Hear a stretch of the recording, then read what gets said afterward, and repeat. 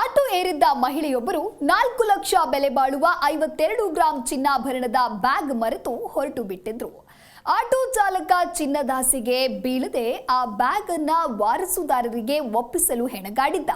ಇತ್ತ ಆಭರಣಗಳಿದ್ದ ಬ್ಯಾಗ್ ಮರೆತು ಮಹಿಳೆ ದಿಕ್ಕೆ ತೋಚದಂತಾಗಿದ್ರು. ಆದ್ರೆ ಆಟೋ ಚಾಲಕನ ಪ್ರಾಮಾಣಿಕತೆ ಮಹಿಳೆಗೆ ತನ್ನ ಚಿನ್ನ ಕೈ ಸೇರುವಂತೆ ಮಾಡಿದೆ. ತುಮಕೂರಿನಲ್ಲಿ ನಡೆದ ಈ ಅಪರೂಪದ ಘಟನೆಯ ಸಂಪೂರ್ಣ ವಿವರ ಇಲ್ಲಿದೆ ನೋಡಿ. 4 ಲಕ್ಷ ಬೆಲೆ ಬಾಳುವ 52 ಗ್ರಾಂ ಚಿನ್ನಾಭರಣ ಆಟೋದಲ್ಲೇ ಮರೆತ ಮಹಿಳೆ. ಚಿನ್ನಾಭರಣ ಹಿಂತಿರುಗಿಸಿ ಪ್ರಾಮಾಣಿಕತೆ ಮೆರೆದ ಆಟೋ ಚಾಲಕ. ಅಪರೂಪದ ಘಟನೆಗೆ ಸಾಕ್ಷಿಯಾದ ತುಮಕೂರು.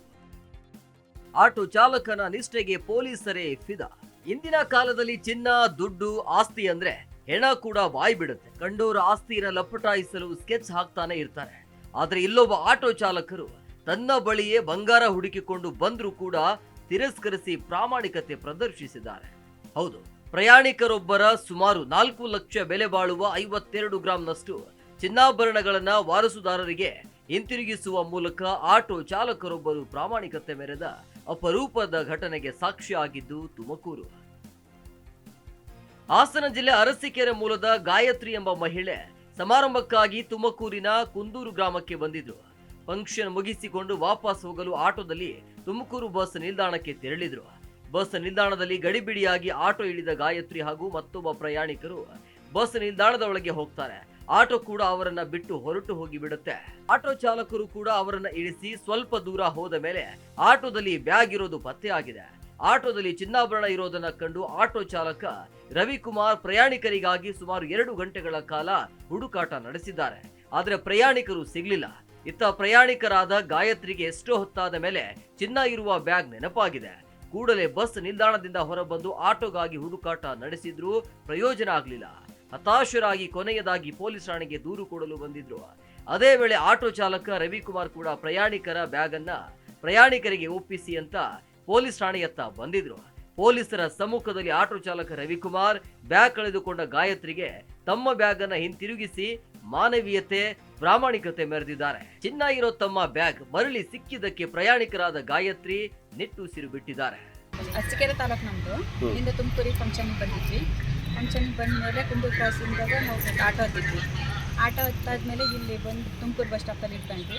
ಬಸ್ ಸ್ಟಾಪಲ್ಲಿ ಇಟ್ಕೊಂಡಿದ ತಕ್ಷಣ ಅದು ಆಟೋ ಪಾಸ್ ಆಗಿಬಿಡ್ತು. ಮುಂದಕ್ಕೆ ಪಾಸ್ ಆದ ತಕ್ಷಣ ಆಟೋದ ನಂಬರ್ ಗೊತ್ತಿಲ್ಲ, ಆಟೋದವರಿಗೆಲ್ಲ ಕೇಳಿವು ಗೊತ್ತಿಲ್ಲ ಅಂದರು. ಅವರು ಪೊಲೀಸ್ ಸ್ಟೇಷನ್ಗೆ ಬಂದು ಕಂಪ್ಲೇಂಟ್ ಮಾಡಿರಿ ಅಂತ ಬಂದು ಕಂಪ್ಲೇಂಟ್ ಮಾಡಿದ್ರು.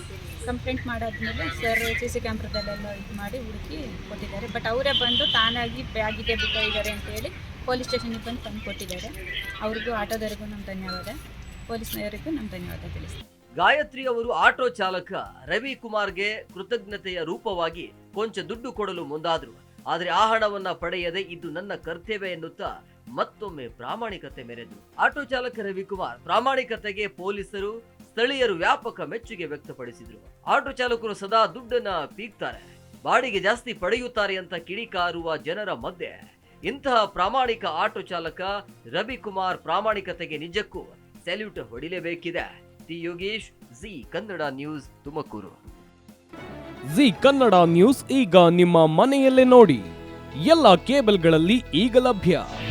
ನಿಮ್ಮ ನೆಚ್ಚಿನ ಜಿ ಕನ್ನಡ ನ್ಯೂಸ್ ಈಗ ಸನ್ ಡೈರೆಕ್ಟ್ ನಲ್ಲಿ number 292, Tata play number 1664, Jio TV number 1334, NXT digital number 30, in cable number 30, city networks 51, U digital number 162, GTPL number 17, Rockline telecommunications number 42, Shri Basaveshwara cable number 168, rural cable network 60, Vinayaka digital 57, Abhishek cable 821, city channel 53, Siddeshwara cable network 57, V4 digital Infotech 628, Surya digital networks 53, Gajanan digital number 836, Malnad Infotech private limited number 56, Metrocast number 830, Victory digital number 167ರಲ್ಲಿ ನೋಡಿ ಆನಂದಿಸಿ.